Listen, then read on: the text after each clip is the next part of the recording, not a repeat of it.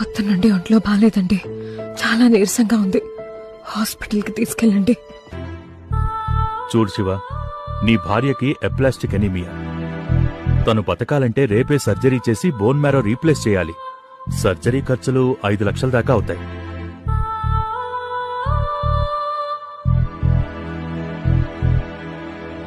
అమ్మా అమ్మా, నువ్వు బతకాలంటే ఆపరేషన్ చేయాలంట.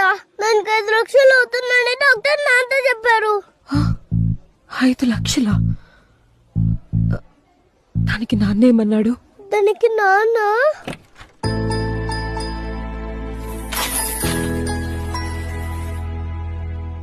ఒక్క నిమిషం కూడా ఆలోచించకుండా డబ్బు మొత్తం కట్టేశారమ్మా.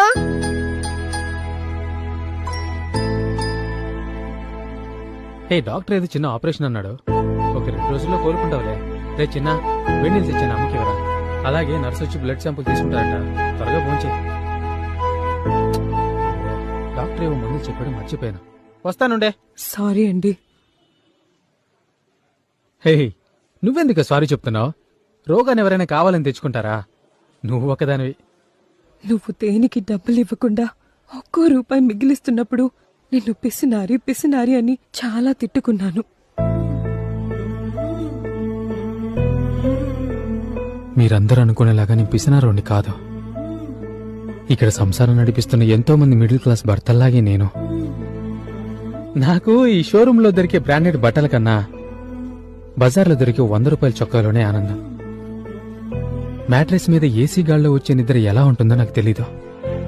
రోజు నైట్ షిఫ్ట్ ముగించుకుని అలసిపోయి ఇంటికొచ్చినప్పుడు నువ్వు చేసిన వంట తిని ఒట్టి చాప మీద కంటి నిండా నిద్రపోయిన వాణ్ణి నేను. బోర్ కొట్టినప్పుడు ఏదో దేశానికి ఫ్లైట్లో వెళ్లి స్టేటస్ పెట్టే కలలేవి నేనెప్పుడూ కననే లేదు. పండక్కి పల్లె వెలుగు బస్సులో నీ పక్కన కూర్చొని ఎప్పుడో ఒకసారి ఊరికి వెళ్ళొచ్చే దాంట్లోనే ఆనందపడే చిన్న బతుకునాదే.